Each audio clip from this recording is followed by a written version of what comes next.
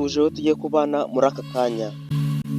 Niba uri mushya kuri uyu murongo, icyo usabwa ni ugukora subscribe kugira ngo dukomeze kubana mu bindi biganiro bikurikiyeho. Nk'ibisanzwe rero tugarutse muri gahunda yacu yo gusobanura amazina.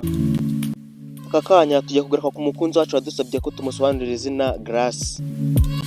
Grace ni izina rihabwa umwana w'umukobwa. Iri zina rero rikunze kwitirirwa abantu batuye mu majyepfo ya Afurika. Rifite inkomoko mu kilatini, rikaba risobanura kugira impuhwe cyangwa se imbabazi. Dore rero bimwe mu bintu biranga Grace. Grace urangwa no kumenya ibintu byinshi bitandukanye. Aba yihariye mu buryo bwe bumwe cyangwa se ubundi. Ngakunze kuba ari igihangange. Agira umutima woroshye kandi azi gufata ibyemezo kuri we cyangwa se ku bandi. Ngaho rero ngubwo ubusobanuro bw'izina Grace.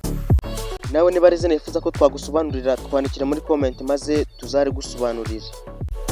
Hagati aho rero ntugende udakoze subscribe, ukore like, utere na comment. Ukore no kunzogera kugira ngo ujye ubona ibiganiro byacu mu ba mbere.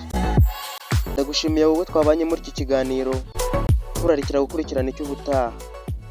Njye twari kumwe ndi Mr Felix. Imana ibarinde naho ubutaha.